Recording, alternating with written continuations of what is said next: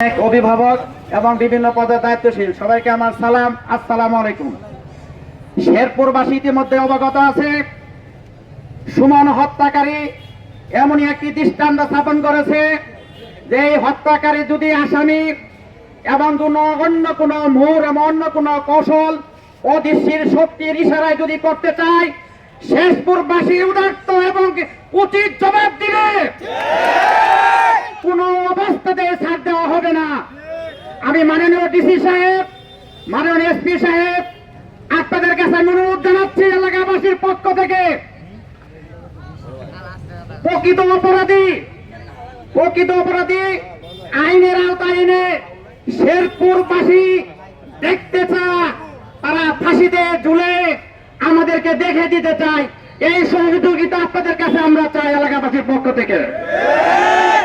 আজকে এখানে জনস্রোত তৈরি হয়েছে, এলাকাবাসী এমন কান্না বাতাস বাড়ি হয়েছে, কেউ স্বাভাবিক ঠিক থাকতে পারতেছে না। আমি সকলের প্রতি আহ্বান জানাই, যে কোনো মূল্যে যে কোনো ভাবে এই সুমন হত্যাকারী যে অপরাধী শাস্তি না হওয়া পর্যন্ত এই দুর্বার প্রতিবাদ অবশ্যই চলবে এবং চলবে। কোন অবস্থাতে শেরপুরবাসী শান্ত পরিবেশকে কোন অদৃশ্য শক্তি থেকে অশান্ত পরিবেশ করার চেষ্টা করবেন না, এই দুঃসাহস দেখাবার চেষ্টা করবেন না। আমি এলাকাবাসীর পক্ষ থেকে বলতে চাই, এই সুমন হত্যাকারী তার অপরাধ কি ছিল? সে একজন ছাত্র, একজন নিরীহ মানুষের, একজন কৃষক এবং একজন দিনমজুরির একটা ছেলের সন্তান। তার বাবা একজন কৃষক এবং একজন রাজমিস্ত্রি উস্তাকার ছিলেন। সে অপরাধ কি ছিল? যদি প্রকৃত অপরাধী হয়ে থাকতো, দেশে আইন রয়েছে, আইন কেন হাতে তুলে নিল শেরপুরবাসী? আমরা আইনের ঊর্ধ্বে নয়।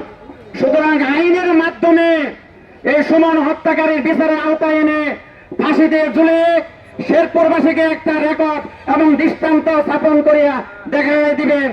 আমি ডিসি সাহেব এবং মাননীয় এসপি সাহেবের কাছে আমি উদাত্ত আহ্বান জানাই এলাকাবাসীর পক্ষ থেকে। এই বলে আমি আমার সংক্ষিপ্ত বক্তব্য শেষ করছি। সবাইকে ধন্যবাদ। আসসালামু আলাইকুম।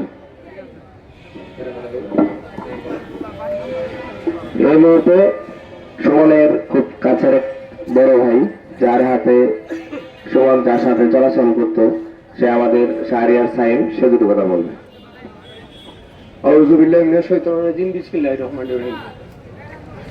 আজকে সুমন হত্যার প্রতিবাদে যে মানববন্ধনে উপস্থিত সুমনের সহপাঠী, সুমনের বন্ধু বান্ধব, আমাদের সহপাঠী প্লাস এলাকাবাসী এবং যারা দূর দূরান্ত থেকে এসেছেন, তা সুমনের বিচারের দাবিতে, হত্যার বিচারের দাবিতে যারা একত্রিত হয়েছেন, সবাইকে শুরুতে ধন্যবাদ জ্ঞাপন করছি।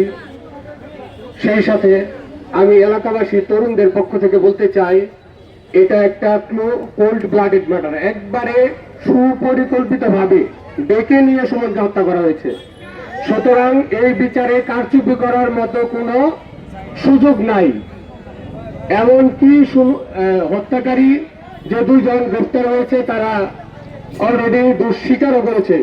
সুতরাং এই বিচার নিয়ে যদি কেউ টালবাহানা করার চিন্তা ভাবনা করে থাকেন, তাহলে তওবা করে নেন, তওবা করার সময় পাবেন না।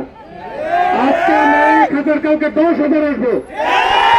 এই বিচার যত দ্রুত সম্ভব আপনারা চেষ্টা করুন, যত দ্রুত সম্ভব এটার বিচার করার, এবং সর্বোচ্চ শাস্তি মৃত্যুদণ্ড কার্যকর করতে চাই আমরা নিশ্চিত করে তারপরে। এই বলে আমি আমার সংক্ষিপ্ত বক্তব্য শেষ করছি এবং সুমনের বিদেহী আত্মার মাগফিরাত কামনা করছি। সুমনের জন্য জান্নাতুল ফিরদৌস আল্লাহ তাআলা নসিব করুন, আমিন। আসসালামু আলাইকুম।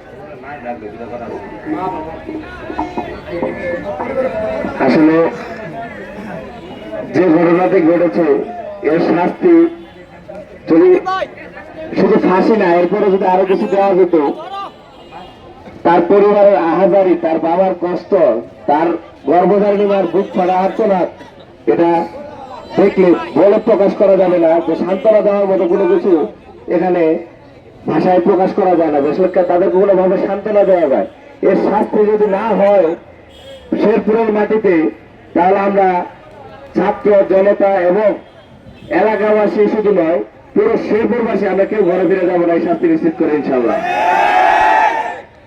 যে গর্ভধারিণী মা সুমনকে গর্ভে ধারণ করেছিলেন, তার একটা মাত্র ছেলে, মা জানে সন্তান হারানোর কথা। সেই মা জানি না, মানে আসলে তাকে কিছু বলতে বলা এটা কতটুকু যৌক্তিক, তারপরেও বলবো তার মার কিছু কথা আমরা শুনবো এই মুহূর্তে। আসসালামু আলাইকুম। আমার বলার মতো কোনো ভাষা নাই। আমি খুশি আজ আমার বাবার পাশে সবাই আছে। বাবার যদি বাসায় নেই, বাবা যদি বাচ্চা রাখতো, বাবা দেখতো বাবার পাশে সবাই থাক। আমার একটি সন্তান, আমার সন্তান টুকরা, আমার মরিজার টুকরা ওই আনলে প্রেমের ভালো ভালায় বাসা থেকে ডাকে নিয়ে আসে বিয়ের নেশা ধরায় আমার বাবার জীবনে তোর শেষ করে দিচ্ছে। আমি শুধু চাই কোনোদিন যেন টাকার কাছে এগুলো বিক্রি না হয়। আমি বিচার চাই যে বাবা আমার বাবারে কষ্ট দিয়ে মারছে, আমি কারা জড়িত আছে তাদের ফাঁসি চাই। আমার বুক খালি করে দিচ্ছে, আমার বুকটা খালি করে দিচ্ছে। আমার একটি সন্তান, আমার বুক খালি করে দিচ্ছে, ফাঁসি চাই, ফাঁসি চাই, ফাঁসি।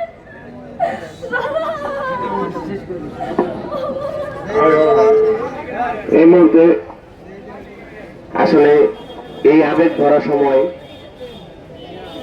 যে আপনারা দেখলেন যে একটা মা কতটুকু কষ্টে একটা সন্তানের, মানে সে কথা বলতে পারছে না, যে তার একটা মাত্র সন্তান। আমরা যারা বাবা আছি তারা জানি যে একটা সন্তানের মায়া কতটুকু, একটা সন্তানকে ছোট থেকে একটা সন্তানকে এতটুকু করার জন্য কি পরিমাণ পরিশ্রম করতে হয়, যে কি পরিমাণ তাদের